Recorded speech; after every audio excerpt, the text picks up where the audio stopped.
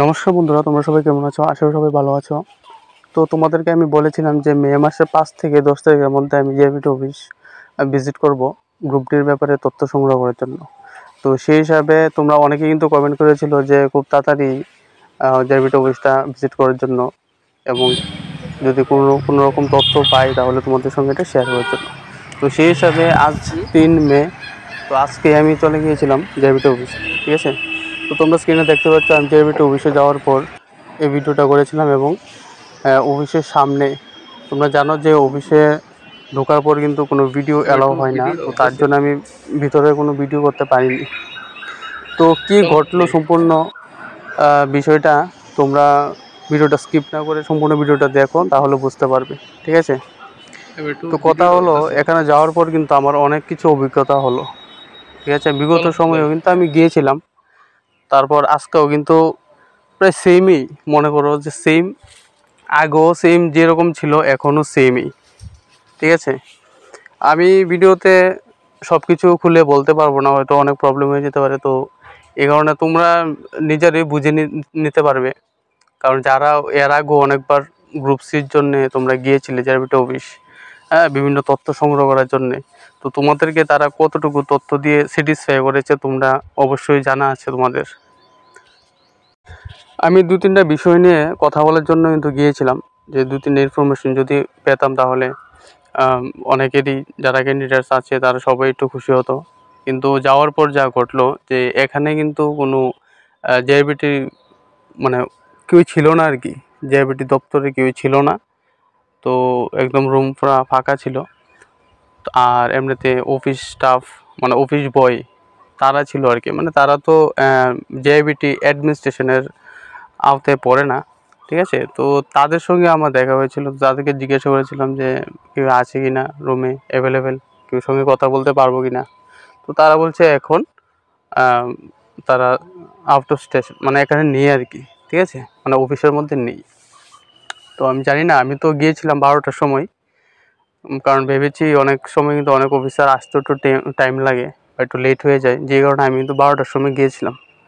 প্রায় 12টা থেকে প্রায় 12টা 40 অবধি আমি ওখানে ওয়েট করেছিলাম, কিন্তু কারোর কোনো দেখা নেই।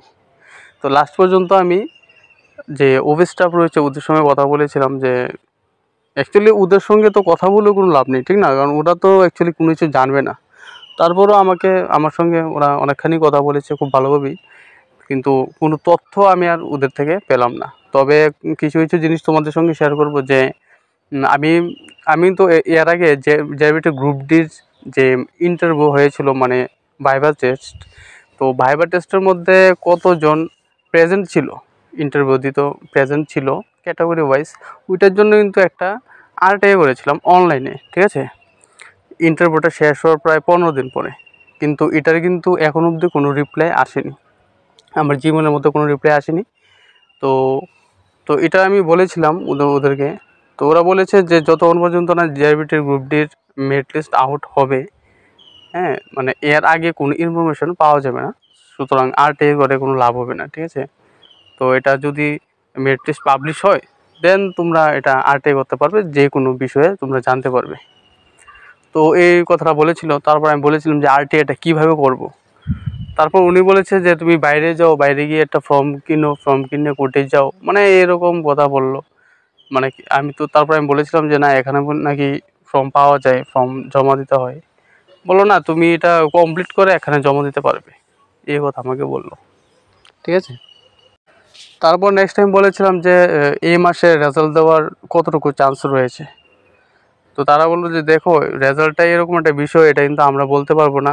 রেজাল্ট যদি ধরো যে আজকে রাত্রে দেবে, তারপরও আমি আজকে সকালে এই বিষয় নিয়ে কোনো কিছুই জানবো না, ঠিক আছে? মানে আমাদের কোনো এটা ইনফরমেশন দেওয়া হয় না। তো ঠিক আছে, এটা মানা যায়, কারণ তারা অফিস বয়, ঠিক আছে না, তাদেরকে আর কি বলবে। তো এটাই। তো মেনলি আমি ওইখানে গিয়েছিলাম, কিন্তু একটাই কথা, যে ওইখানে কিন্তু মানে অফিস রুমটা পুরো ফাঁকা ছিল, কেউই ছিল না। তো বন্ধুরা, তোমরা জেআরবিটি অফিসে গেলেও কোনো লাভ হবে না, কারণ ওইখান থেকে কোনো ইনফরমেশন তারা দেবে না। তারা একটা কথাই বলবে যে তোমরা কন্টিনিউ ওয়েবসাইট চেক করতে থাকো, দিলে তো ওয়েবসাইটেই পাবে। তো এক্সেট্রা এক্সেট্রা এইসব কথাই বলে হয়। তো তো এটাই হলো কথা। তো ভেবেছিলাম অনেক কিছু জানতে পারবো, কিন্তু তারা এতটুকু আমাকে জানালো। ঠিক আছে, ইতিমধ্যে বিভিন্ন সোশ্যাল মিডিয়া প্ল্যাটফর্মে আমরা একটা নোটিশ দেখতে পাচ্ছি জেআরবিটি গ্রুপটির ক্যান্ডিডেটদের তরফ থেকে, যে স্পেশাল অ্যানাউন্সমেন্ট। ঠিক আছে, এখানে লেখা আছে স্পষ্টভাবে যে অল 2020 জেআরবিটি গ্রুপটি written and interview qualified candidate are invited to appear at labour department office, office lane Agartala. ঠিক আছে, এটা অফিস ল্যান্ড আগরতলা অ্যাড্রেসটা দেওয়া হয়েছে অন 7 মে 2024। তো টুইসডে 2024 অ্যাট 11 AM, মানে সকাল 11টার সময় কিন্তু এটা সবাইকে জড়ো হওয়ার কথা বলা হয়েছে। On that day we will present hour demand to the government of Tripura through request gathering. All 2020 JRBT Group D written and interview qualified candidates are invited to attend the said program to make the program successful. তো অবশ্যই successful হবে, সবাই যদি এটার মধ্যে আসো, আশা করি তো সাকসেসফুল হবে। তো তোমরা চেষ্টা করবে। আমরা কিন্তু রিসেন্টলি দেখতে পাচ্ছি যে ত্রিপুরার বিভিন্ন রিক্রুটমেন্ট প্রসেস কিন্তু চালু হয়েছে, যেরকম টিপিএসসি বা ত্রিপুরা কোঅপারেটিভ ব্যাংক। ঠিক আছে, আমি কিন্তু আমার আগের ভিডিওতে বলেছিলাম যে ত্রিপুরা কোঅপারেটিভ ব্যাংকের এক্সাম কিন্তু ক্যান্সেল হবে না। ঠিক আছে, তোমরা যারা আমার চ্যানেলের ভিডিও দেখো তারা বলতে পারবে অবশ্যই, আমি তো বলেছিলাম, কারণ তারা বহিরাজ্যে এটা কন্ডাক্ট করেছে সিবিটি এক্সামের জন্য। তো তারা কিন্তু এখানে প্রচুর অর্থ ব্যয় করে কিন্তু এই সেন্টারগুলি সিলেক্ট করেছে। তো সেই হিসাবে এটা হবে না। কিন্তু তোমরা দেখতে পেয়েছো যে এত বৃষ্টির কারণে কিন্তু অনেক রেলের টিকিট ক্যান্সেল হয়েছে। টিপিএসসির কিন্তু এক্সামও কিন্তু সেম ডেটে পড়েছে, তারপরেও কিন্তু কোঅপারেটিভের এক্সাম কিন্তু স্থগিত হয়নি। কিন্তু টিপিএসসির এক্সাম যেহেতু এখানে একটা কোর্টের মধ্যে একটা কেসের ব্যাপার রয়েছে, তো এটা কিন্তু নেক্সট কবে আবার টিপিএসসি এক্সামটা রিশিডিউল করা হবে এটা কিন্তু অনেক সময়ের লাগতে পারে, যেহেতু এটা আমাদের কোর্ট কাছারির ব্যাপার রয়েছে। ঠিক আছে, তো তোমরা অন্যান্য এক্সাম থাকলে ওইগুলির জন্য প্রিপারেশন নাও।